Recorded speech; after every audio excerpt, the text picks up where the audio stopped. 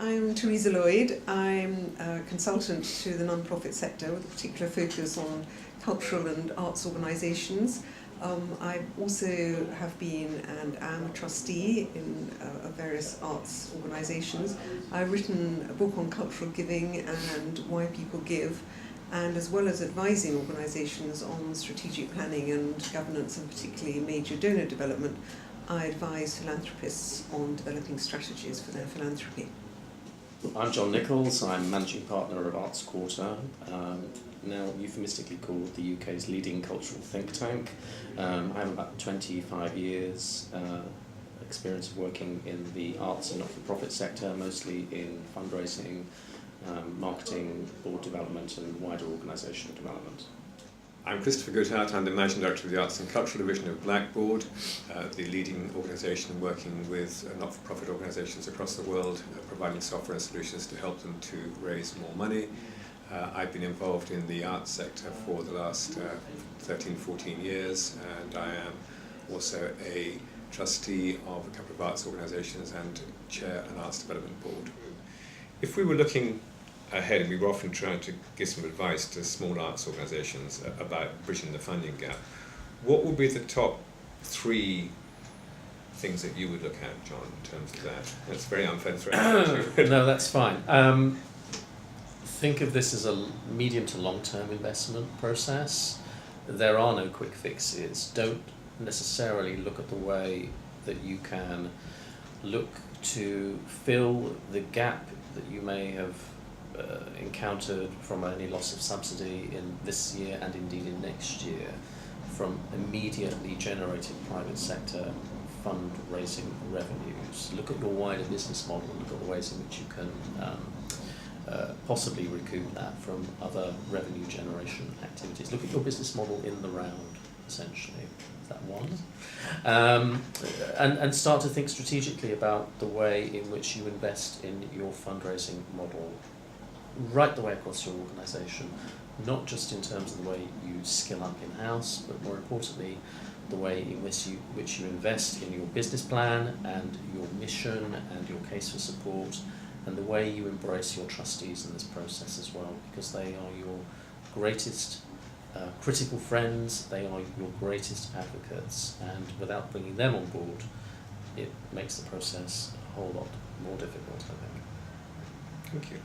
Well, from your point of view, Teresa? I absolutely agree with that, particularly, well, all of those, yes, trustees, the whole engagement of trustees, and going back how they are recruited, having a job description, having a pack, induction process, that whole area. So that is crucial, and everything that goes with that.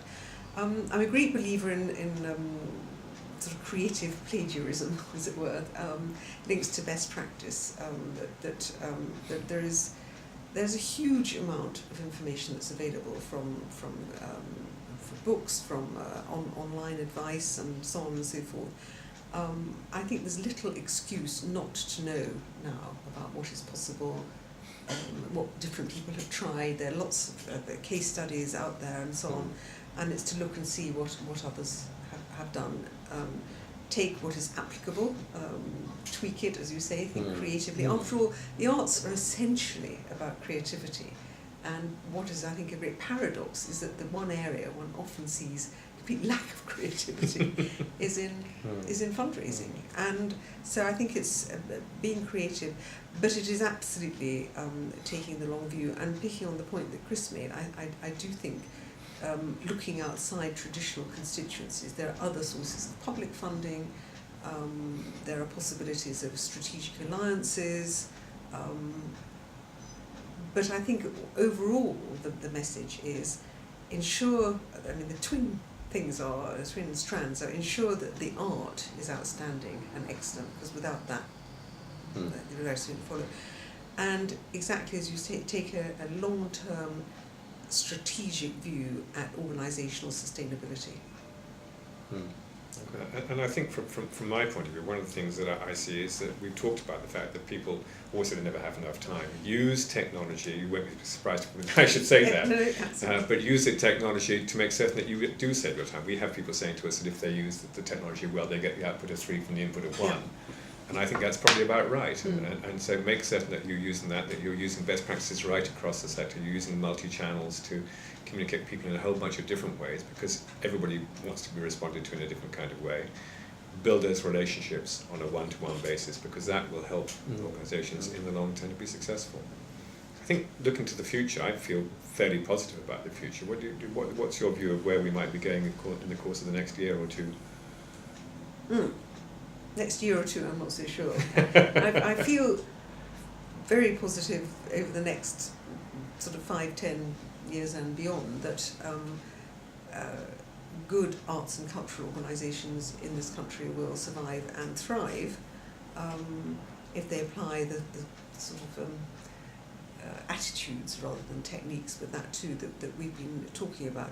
I think there is no question that some organisations will find it tough because they will not, for whatever reason, have the mindset or capacity or will to take note of the fact that it is a changing world, and will spend too much time wishing about what might have been, instead of, I think, embracing the opportunities, because there is no question that there are opportunities for arts organisations, particularly to engage individuals and trusts. I think the whole corporate area is slightly different. More of a challenge.